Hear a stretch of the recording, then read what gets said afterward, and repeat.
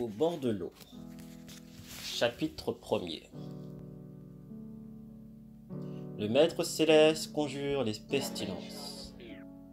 Le grand maréchal Hong laisse échapper les démons.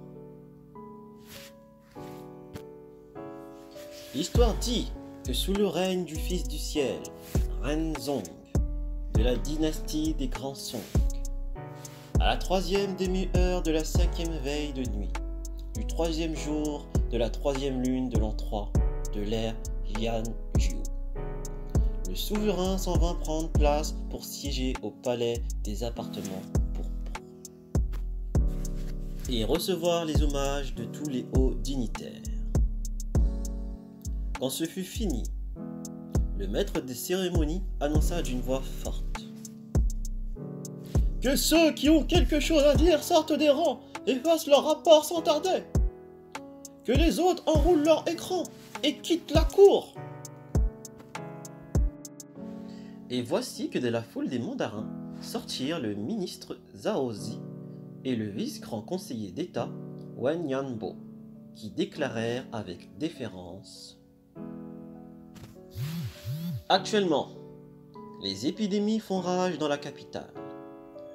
Le nombre des victimes parmi les troupes comme parmi la population est immense. Nous supplions humblement votre majesté de pardonner avec magnanimité à tous les criminels et délinquants, d'alléger les châtiments et de réduire les impôts, et de faire des prières et des sacrifices propitiatoires pour secourir toutes ces populations. » À l'audition de cette requête, le Fils du ciel donna immédiatement ordre à l'Académie de la forêt des pinceaux de préparer d'urgence le texte d'un édit impérial. D'une part, une rémission générale était proclamée en faveur des criminels et prisonniers de l'Empire, et tous les impôts et taxes dus par le peuple étaient intégralement abolis. D'autre part, ordre était donné aux temples bouddhiques et aux monastères taoïques de la capitale de faire les prières appropriées pour conjurer les pestilences. Or, contrairement à toute attente, le fléau se propagea avec une furie accrue.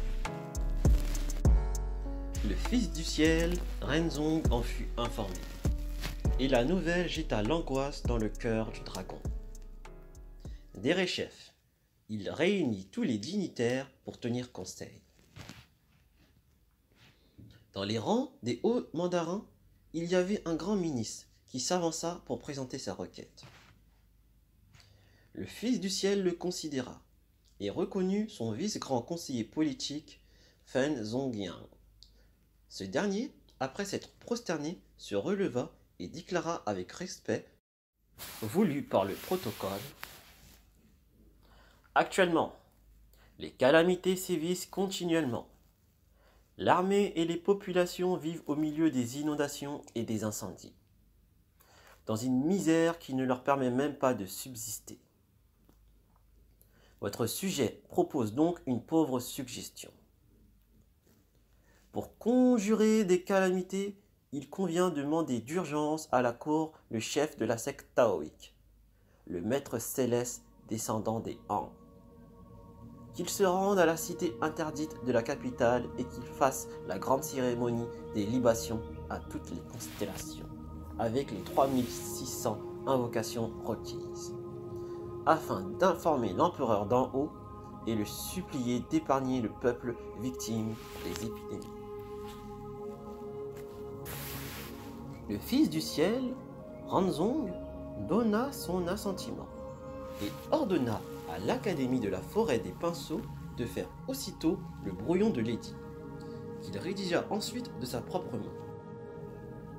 Il voulut bien y ajouter des bâtonnets d'encens impérial, et le grand maréchal Hong Zi, directeur des salles intérieures et extérieures du palais, reçut l'ordre de se rendre en tant que héros de sa majesté dans le mont du dragon et du tigre de la préfecture de Jingzhou dans la province du Jiangxi, pour inviter le grand maître du Tao et descendant des Han, Zhang le parfait, à venir en hâte à la cour procéder au sacrifice propitiatoire.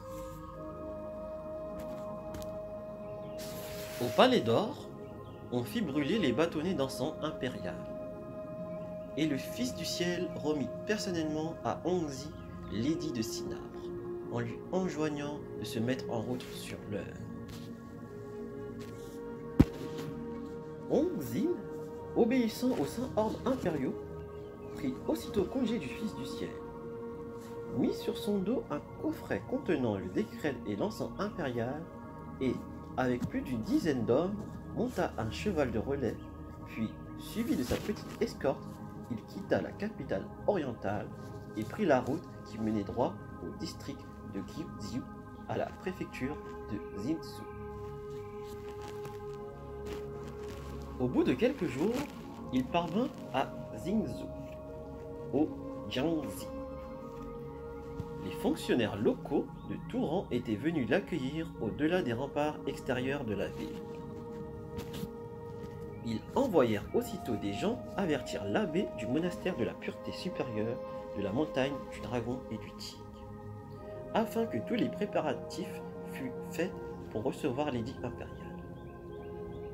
Le lendemain, tous les fonctionnaires accompagnèrent le grand maréchal jusqu'au pied de la montagne du dragon et du tigre.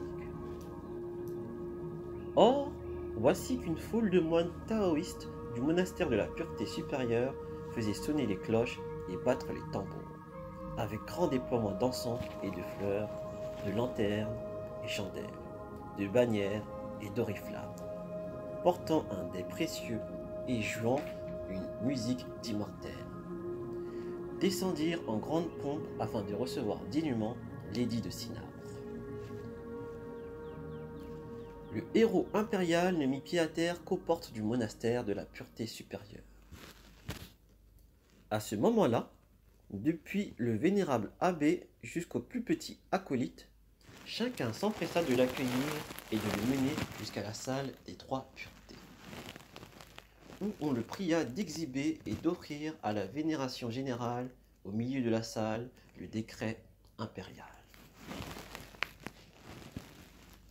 Le grand maréchal Hong demanda d'abord au parfait, gardien du monastère: où se trouve actuellement le maître céleste? L'abbé s'avança et répondit avec déférence: que votre excellence daigne en prendre connaissance. Le saint patron de cette génération a pour surnom le maître céleste de la tranquille vacuité. Il est féru de spéculations éthérées et las des affaires de ce monde. Il s'est construit pour sa part au sommet du mont du dragon et du tigre une cabane de chaume où il peut cultiver sa vraie nature et nourrir son principe vital. C'est la raison pour laquelle il ne demeure pas dans ce monastère. Présentement, répondit le grand maréchal, le Fils du ciel a promulgué un décret à son adresse. Comment faire pour le rencontrer? Souffrez que je fasse une suggestion. Que l'édit impérial soit provisoirement déposé dans cette salle. Le pauvre taoïste que je suis se gardera bien de l'ouvrir. Ensuite, que le grand maréchal veuille bien venir prendre le thé dans la salle de l'abbé, avant d'arrêter une décision. L'édit de Cinabre fut donc déposé religieusement dans la salle des trois puretés. Puis toute l'assistance se rendit dans le Fengzai, la salle de l'abbé. Le grand maréchal s'assit au centre, tandis que les moines hospitaliers servaient le thé. Ensuite, on apporta un repas maigre d'une rare diversité. Quand ils eurent déjeuné, le grand maréchal interrogea Derechef le parfait.